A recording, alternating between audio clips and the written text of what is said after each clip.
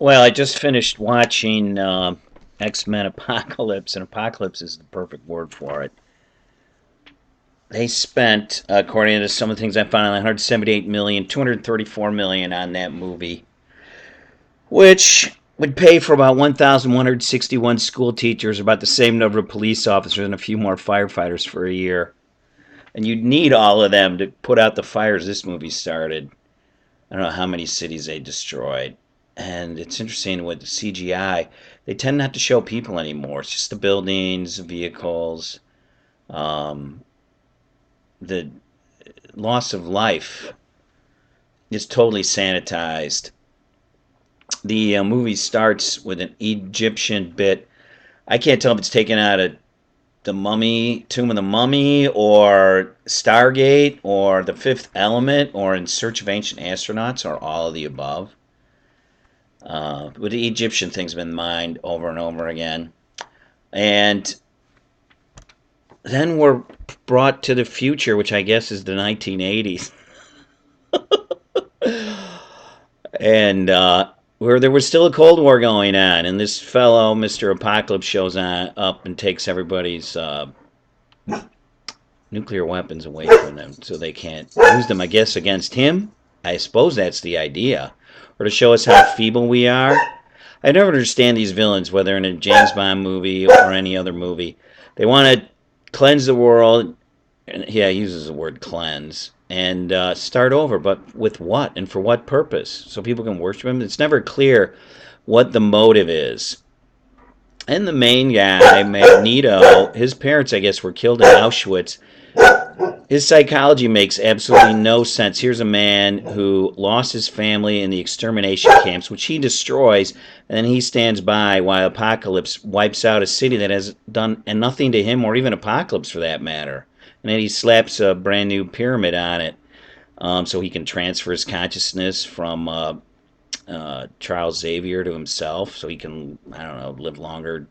He doesn't need his own CGI. He can make his own CGI in his head. It's ridiculous. Nothing makes any sense to me, and I've never really understood the Magneto character's motivations. I've seen some of these other movies, and I get, okay, it's revenge. I lost my family, therefore I'm going to do what I want. I have yet to meet or hear of the Jew who lost people in the Holocaust and then went on a worldwide rampage to avenge it. They went to Israel and they're taking that, and I'm sure the Palestinians feel that's exactly what they're doing.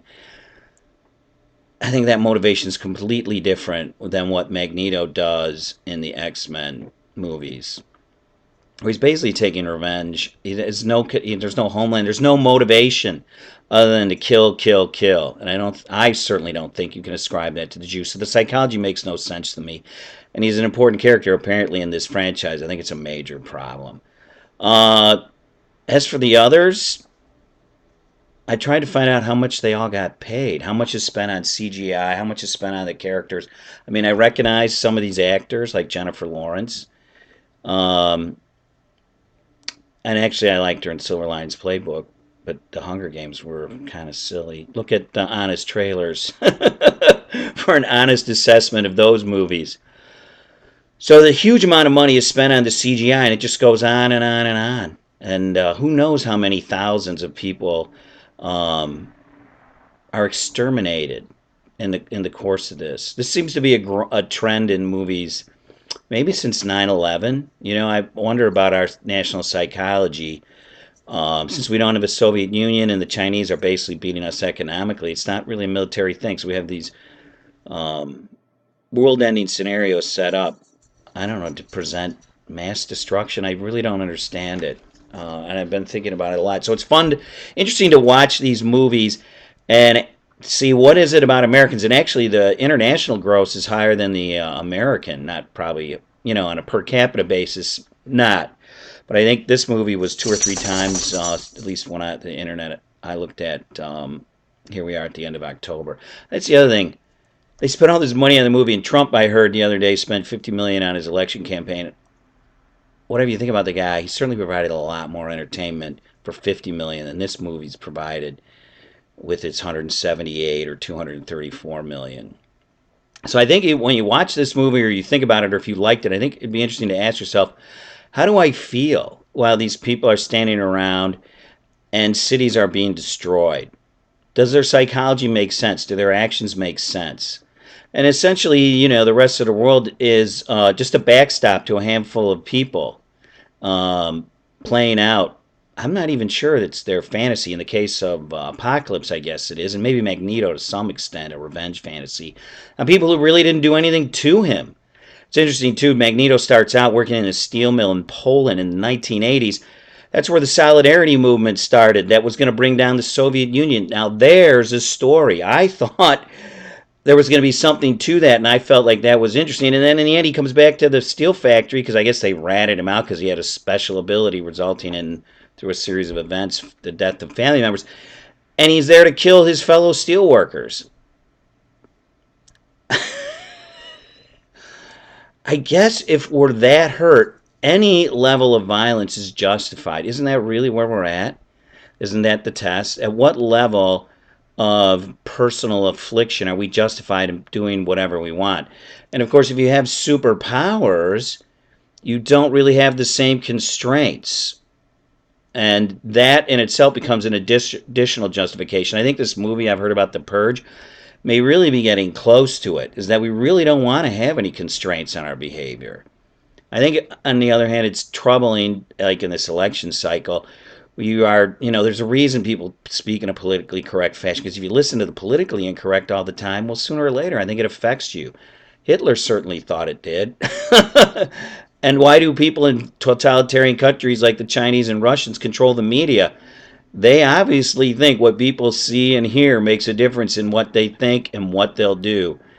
And here we are. We watch this movie at the end of which, I don't know, are we supposed to feel uplifted or feel like the people who are equivocal about which side is right and wrong have come around to it? There's a movie I watched as a kid, my father, called The Professionals. Burt Lancaster is among a number of mercenaries, and which would at the time have passed for exceptionally skillful people. They would have been the X-Men of their day, hence the title Professionals.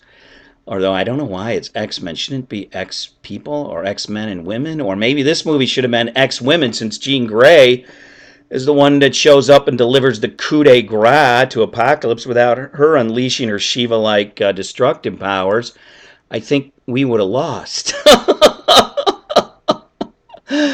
Which I think is funny, considering we got a man and a woman running in this election. So, and I'm going to probably refer, if I ever do these again, to The Professionals, because in it, Burt Lancaster, after they carry out the mission that they're hired for, it's just for money, oh my God, they're constantly talking about, should they be doing things just for money, or what about the revolution, in this case in Mexico, that as Americans they fought in.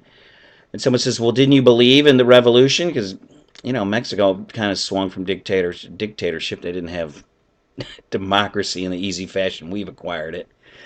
And he says, reflecting on it, the Burt Lancaster character says, well, I do think that all of history is the struggle between good and evil, between the bad guys and the good guys.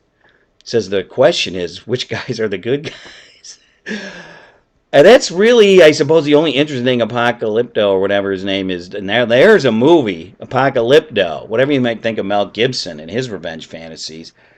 I mean, he hits the nail on the head. There's a society that's based on human sacrifice. So when, not Cortez, is it Cortez? Yeah, shows up with what? 100 or a few hundred conquistadors and some horses and some old-style musket-loaded weapons. How did they bring them down? Sure, disease. Because everybody else is on board with them. In that sense, X-Men Apocalypse makes a good point when Charles Xavier says, I'm going to beat you, and the Apocalypse guy says, well, how's that? He says, because I'm not alone, and you are. There's the message. The only thing they don't really do to tie it in is there's no real affinity between the X-Men and the rest of humanity. And Xavier tries to, he says, well, when you have great power, you have great responsibility. But we don't really see any interaction. The only interaction is when this soldier shows up to scarf up some of the persons, X-Men and women from the school after it's destroyed. And, our government, once again, sinister operational forces. If you want to see about that, go watch the X Files, not the X Men. You want to have the paranoid view of what our government does in an incompetent way. They had competence to capture them, but they can't hang on to them.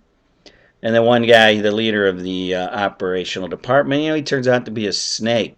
In that sense, I like the Transformer movies a little better, where the regular military can contribute to the struggle, although at great personal risk, since technologically they're outclassed. Here, the rest of humanity has to just stand by and wait for the X-Men to solve their problem. That part concerns me. Some of the movies, and I'm thinking of the Avenger movies. At least the humans are witness to what the Avengers are doing, which is about it. We're just there to applaud. What kind of message is that? I think we'll have to ask ourselves: do other countries have superheroes like we do? Do other countries worship superheroes the way we do? Because what else could you call it?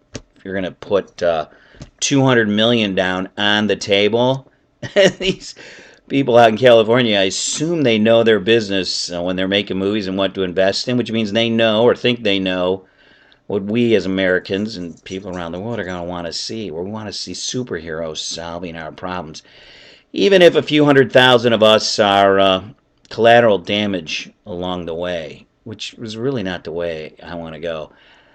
I'd rather it be their apocalypse, not mine. Good luck.